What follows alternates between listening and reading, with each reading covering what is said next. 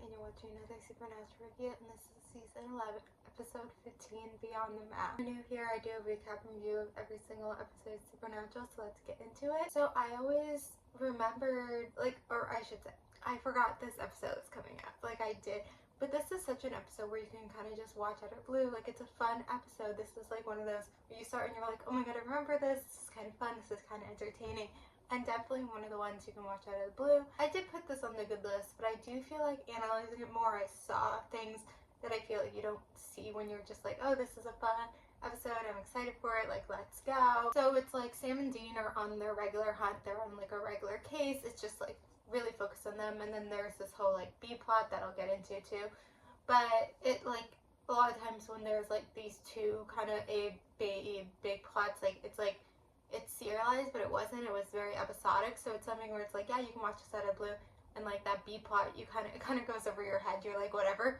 But actually, if you're watching it back to back, you're actually wow, for one, that's actually interesting. It's actually entertaining. It's good. So Sam and Dean are on a hunt, and it has to do with wrestling, which is all orchestrated. It's all choreographed and performed. If you didn't know, well, kind of this episode it kind of shows it, and it's something too where it kind of ties into their childhood and what they liked and stuff, and so it's kind of good they also didn't show flashbacks. I feel like it wouldn't have worked if they showed flashbacks, but it's kind of it's something different that we haven't seen before, and it's entertaining.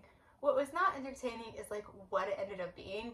So I guess it makes sense that someone, every time they're in a new city, someone dies, and I get that, but why couldn't it be a curse? I know we recently had a curse episode, but why couldn't this be a curse? I feel it makes more sense.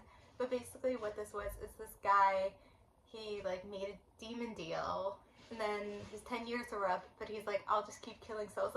You are you're a murderer, what are you doing? So in the end he just dies, the Hellhounds get him. It's kind of weird. I wish it was the curse. This part doesn't make sense, and I don't know if they were just trying to tie it into what was happening with the demons, but it didn't make sense. It wasn't strong. That part's but it's such a small part, I guess, of it. There's so much more. And then there was also Dean was just drinking so much, and it was all about him being drunk, but then he also wasn't drunk. I guess it got out of him quickly. I don't know. So the B plot was all with Cass Lucifer, which I'm still calling him, and Crowley. And so I feel this is such a Cass and Crowley dynamic is something I feel we haven't seen enough of, and I actually want to see more. But I guess now that he's Lucifer, it's kind of interesting to see Lucifer and Crowley. I would still like to see more of Cass and Crowley, but I think it was interesting seeing Lucifer and Crowley, and how I guess the hand of gods, I guess this is becoming a thing. I didn't realize it was becoming a thing. I guess it's something I totally forgot, that these hand of gods are becoming a thing. They all are, I guess, one-hit wonders. So that's what happened, and Crowley got out, which is good, because again, I don't know if it was my previous video or the video before, I talked about how I didn't really like Crowley was like a dog, it just didn't fit. He's not a dog, but we're treating him like a dog, it just didn't feel right to me. I'm glad that Crowley got out, and I'm glad that we see some powerful, because it's nice to see Crowley really powerful and Cass Lucifer really powerful, and they're gonna go at each other, or whatever. It's nice to see, interesting to see. And Dean has a thing at the end where he's we're gonna fight them, we're gonna fight the darkness, that.